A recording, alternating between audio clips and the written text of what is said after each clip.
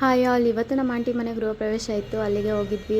ಹೊಸ ಮನೆಗಳೆಲ್ಲ ನೋಡಿದ್ರೆ ನಂಗೆ ಸಿಕ್ಕಾಪಟ್ಟೆ ಖುಷಿ ಆಗುತ್ತೆ. ನಾವು ಯಾವಾಗ ಈ ಥರ ಮನೆ ಕಟ್ಟೋದು, ಪೂಜೆ ಮಾಡಿಸೋದು ಅಂತ ಅನ್ನಿಸ್ತಿರುತ್ತೆ. ನಮ್ಮ ಮಾಮಂಗೆ ಈ ಥರ ಪೂಜೆ ಎಲ್ಲ ಅಷ್ಟಕ್ಕಷ್ಟೇ, ಬಟ್ ನನಗಂತೂ ಸಿಕ್ಕಾಪಟ್ಟೆ ಇಷ್ಟ. ನಾನು ಹಾಕಿರೋ ಸೀರೆ ಬಂದುಬಿಟ್ಟು ತನ್ವಿ ಫ್ಯಾಷನ್ 4 ಇನ್ಸ್ಟಾಗ್ರಾಮ್ ಪೇಜಿಂದ ತರಿಸ್ಕೊಂಡಿರೋದು. ಸೀರೆ ಕ್ವಾಲಿಟಿ ಅಂತೂ ಸಿಕ್ಕಾಪಟ್ಟೆ ಚೆನ್ನಾಗಿದೆ. ಅಲ್ಲಿಂದ ಬಂದುಬಿಟ್ಟು ನಮ್ಮ ಪಾಪು ತಿಂಡಿ ಕೇಳ್ತಾ ಇರ್ತಾನೆ, ಏನಾದರೂ ಮಾಡಮ್ಮ ಅಂತ. ನಮ್ಮ ಮನೆಯವರು ಬೇಕ್ರಿ ಎಲ್ಲ ತಂದ್ಕೊಡಲ್ಲ, ಅಂದರೆ ಎಣ್ಣೆ ಎಲ್ಲ ಚೆನ್ನಾಗಿರೋದು ಕರ್ದಿರಲ್ಲ ಅಂದ್ಬಿಟ್ಟು, ಸರಿ ಅಂದ್ಬಿಟ್ಟು ಮನೇಲೇ ಚಕ್ಲಿ ಮಾಡೋಣ ಅಂತ ಮಾಡಿದ್ದೆ. 2-3 ಸಲ ಮಾಡಿದ್ದೆ, ತುಂಬ ಚೆನ್ನಾಗಿ ಬಂದಿತ್ತು. ಸೊ ಅದಕ್ಕೆ ನಿಮಗೂ ಶೇರ್ ಮಾಡೋಣ ಅಂತ ಮಾಡ್ತಾಯಿದ್ದೀನಿ. ನಾನು ರವೆ ಮತ್ತು ಅಕ್ಕಿ ಹಿಟ್ಟಲ್ಲಿ ಮಾಡ್ತಾಯಿದ್ದೀನಿ. ಫಸ್ಟಿಗೆ ರವೆನ ಬಿಸಿನೀರಲ್ಲಿ ಸ್ವಲ್ಪ ಒಂದು 5 ನಿಮಿಷ ನೆನೆ ಹಾಕಬೇಕು. 1 ಕಪ್ಪಿಗೆ ರವೆಗೆ 2 ಕಪ್ ಅಕ್ಕಿ ಹಿಟ್ಟನ್ನ ತೊಗೋತಾ ಇದ್ದೀನಿ. ಬಟ್ ಚೆನ್ನಾಗಿ ಬರುತ್ತೆ, ತುಂಬ ಸ್ಮೂತಾಗಿರುತ್ತೆ. ಮತ್ತು ಕಡಲೆ ಹಿಟ್ಟನ್ನ ನೈಸಿಗೆ ಪುಡಿ ಮಾಡಿಕೊಂಡು ಅದನ್ನು ಆ್ಯಡ್ ಮಾಡ್ಕೊತಾ ಇದ್ದೀನಿ.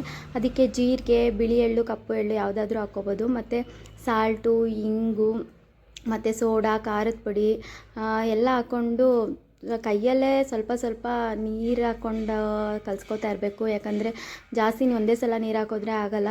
ಈ ಥರ ಬರಬೇಕು. ಚಪಾತಿ ಹಿಟ್ಟಿನ ಕೈಗೆ ಅಂಟ್ಕೋಬಾರ್ದು. ಬೆಣ್ಣೆ ಅಥವಾ ತುಪ್ಪ ಇದ್ದರೆ ಚೆನ್ನಾಗಿ ಬರುತ್ತೆ. ಒಂದು ಸ್ವಲ್ಪ ಹಾಕ್ಕೊಂಡೆ ನಾನು, ಪಾಪುಗೆ ಕಫ ಆಗ್ತಿರುತ್ತೆ ಅಂದ್ಬಿಟ್ಟು. ಈ ಚಕ್ಲಿ ಒಳ್ಳು ನಮ್ಮಮ್ಮ ತಂದಿರೋದು. ನಮ್ಮ ಮನೇಲಿರೋ ವಸ್ತುಗಳೆಲ್ಲ ನಮ್ಮಮ್ಮನ ನೆನಪುಗಳೇ. ಸೊ ಇದು ತಂದಮೇಲೆ ನಾನು ಚಕ್ಲಿ ಮಾಡೋದು ಕಲ್ತ್ಕೊಂಡಿಲ್ಲ ಅಂದರೆ ಹಿಂಗೆ ಅಂದ್ಬಿಟ್ಟು ಕಲ್ತ್ಕೊಂಡೆ. 2 ಸಲ ಮಾಡಿದ್ದೆ, ತುಂಬ ಚೆನ್ನಾಗಿ ಬಂದಿತ್ತು. ಅದಕ್ಕೆ ನಿಮಗೂ ಶೇರ್ ಮಾಡ್ತಾಯಿದ್ದೀನಿ. ಸಿಕ್ಕಾಪಟ್ಟೆ ಚೆನ್ನಾಗಿ ಬಂತು ನೋಡಿ.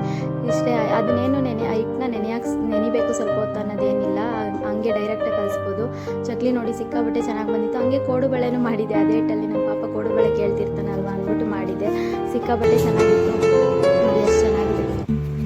ಆಮೇಲೆ ಇವರಿಬ್ಬರಿಗೂ ಕೊಟ್ಟೆ ತಿಂತಾಯಿದ್ರು. ಚೆನ್ನಾಗಿದೆ ಅಕ್ಕ ಅಂದರು. ಏನೋ ಒಂಥರ ಖುಷಿ. Thank you.